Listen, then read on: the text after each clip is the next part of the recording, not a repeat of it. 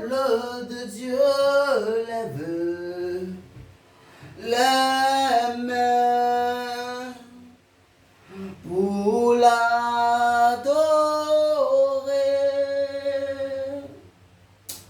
Rabele Masura Machade, Bizan de Massou, qui l'aimait le Kunamasi, Namaïdere Kunamachade.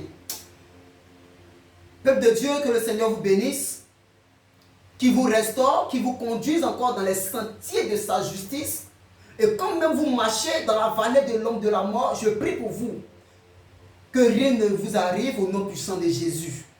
Car l'Éternel demeure votre berger. Alléluia. Aujourd'hui, nous allons parler d'un petit sujet en quelques minutes. Alléluia. Et la Bible déclare dans le livre de Matthieu chapitre 21 que je vais lire tout à l'heure avec vous. Et je vais en tirer une petite conclusion, un petit résumé. Alléluia. Et on va suivre ensemble Matthieu chapitre 21. À partir du premier verset, on commence. Lorsqu'ils approchaient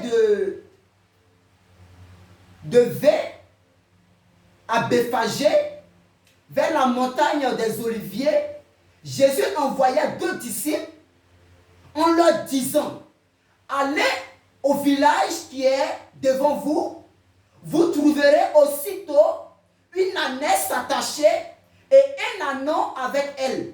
Détachez-les et amenez-les moi. Si quelqu'un vous dit quelque chose, vous répondrez: le Seigneur en a besoin. Et à l'instant, il les laissera aller. Or, ceci arriva afin que s'accomplisse ce qui avait été annoncé par le prophète. Alléluia. Dites à la fille de Sion: voici, ton roi vient à toi, plein de douceur, et monté sur un âne, sur un ânon, le petit d'une ânesse. Alléluia. Et donc, le thème que je veux partager avec vous en ce jour, alléluia, c'est que le Seigneur a besoin de toi. Toi qui m'écoutes présentement, alléluia, le Seigneur a besoin de toi. Quelle que soit ta position, que tu sois ici, que tu sois ailleurs, que tu sois peut-être élève, étudiant, travailleur, alléluia, quel que soit le métier que tu exerces, quelle que soit même ta religion que tu occupes, alléluia, que tu pratiques, alléluia, laisse-moi te dire que le Seigneur a besoin de toi. Voici l'histoire, alléluia, d'un animal qui était attaché, d'un animal que les gens avaient limité.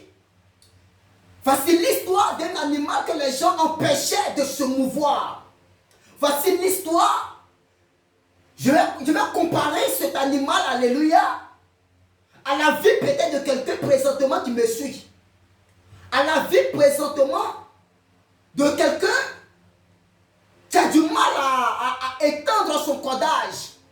La vie de quelqu'un qui a du mal à se mouvoir. La vie de quelqu'un qui a du mal à vraiment joindre les deux bouts. La vie de quelqu'un qui a du mal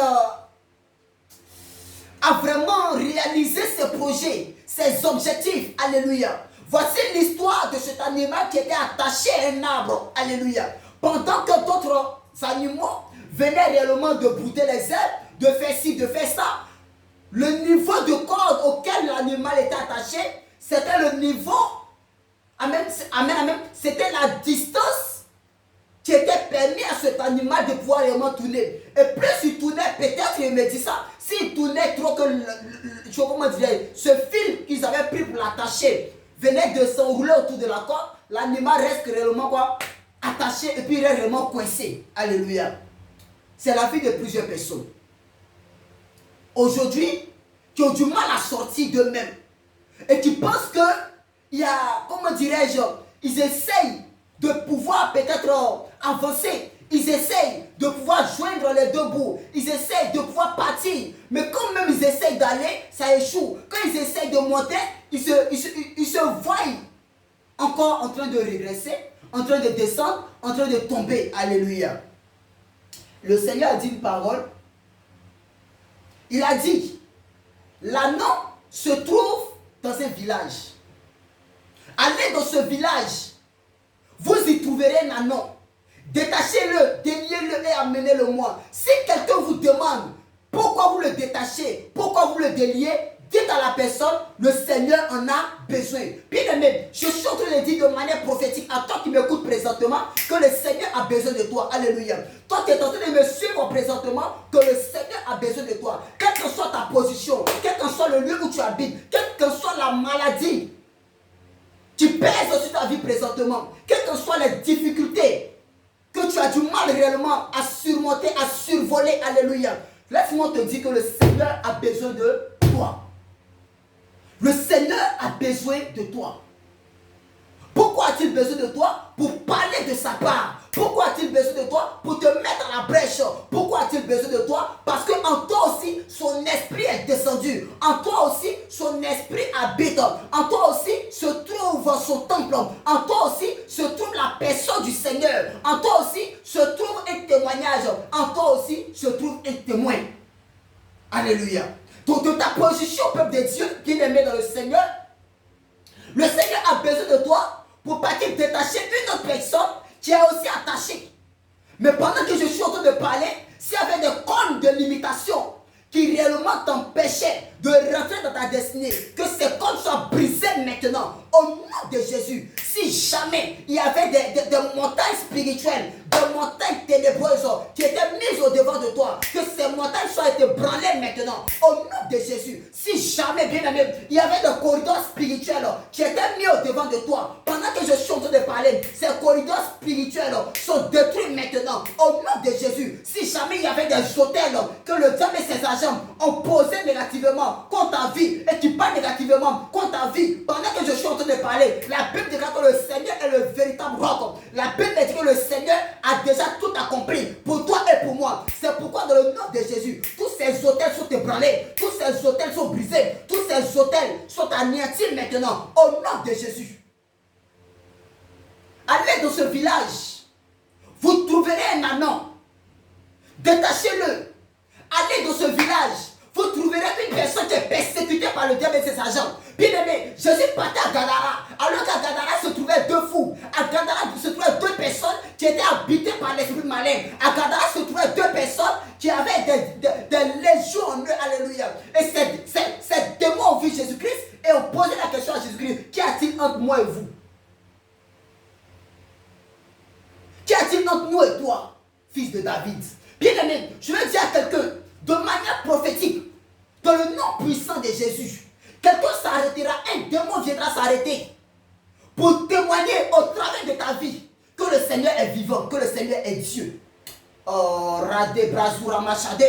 Regarde, je suis en train de parler de manière prophétique à quelqu'un. Si jamais c'était à cause d'un handicap de ta vie que réellement tu avais du mal à rentrer dans les domaines d'activité, la Bible déclare que lorsque David est rentré dans le palais, il a demandé à son conseil: n'y a-t-il plus un fils de la lignée de Saoul? Ils ont dit il y avait un fils, mais où est-il présentement? Bien aimé, je vais te dire que ce Méphibosheth qui était pécru de pied, ce Méphibosheth que les gens avaient rejeté, ce Méphibosheth qui était aussi attaché autrefois, ce Méphibosheth, la Bible déclare qu'il est venu, il était assis à la table de David. Bien aimé, je vais te dire que de ta position, le Seigneur te localise maintenant. De ta position, le Seigneur te rachète maintenant. De ta position, bien aimé, ne laisse pas les gens te dire en erreur. Ne laisse pas les gens te dire que le Seigneur ne t'aime pas. Bien aimé, ne te laisse pas culpabiliser par ce que tu es en train de faire. Bien aimé, c'est vrai, le Seigneur n'aime pas le péché. Il est le péché, mais il aime le pécheur. Alléluia. Prévenez, il est venu pour toi et pour moi. Alléluia. C'est pourquoi je suis en train de te parler présentement. Ne te dis pas non. L'œuvre de Dieu là, c'est seulement que ceux qui attrapent le micro, c'est seulement que ceux qui savent lire la Bible. Non. Même ceux qui ne savent pas lire la Bible, bien aimé. La Bible, dans les temps anciens, on les appelait les scribes, ceux qui savaient lire et écrire. Mais dans ce temps-là, beaucoup ne savaient pas lire, beaucoup ne savaient pas écrire. Mais la puissance de l'esprit étant sur eux, faisait des miracles, faisait des prodiges. Bien aimé, on n'attend pas que tu saches lire et écrire. On n'attend pas forcément que quelqu'un vienne t'imposer d'abord les mains ou la main. Bien aimé, il y a les à Jérusalem. Attendez mon esprit. Mais quand l'esprit viendra, il vous conduira dans toute la vérité. Alléluia. Quand l'esprit viendra, il vous conduira dans toute la vérité.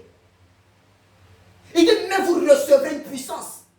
Le Saint-Esprit survenant sur vous, vous serez mes témoins à Jérusalem, dans la Samarie, dans la Judée, et même jusqu'aux extrémités de la terre, bien-aimé. C'est-à-dire quoi? C'est-à-dire que le village qui est en face de toi, tu dois y aller. Parce que dans ce village, se trouve un lépreux.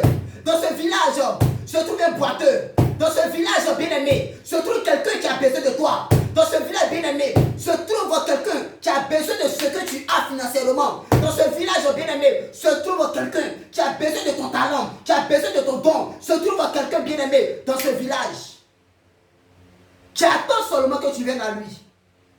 Qui attend simplement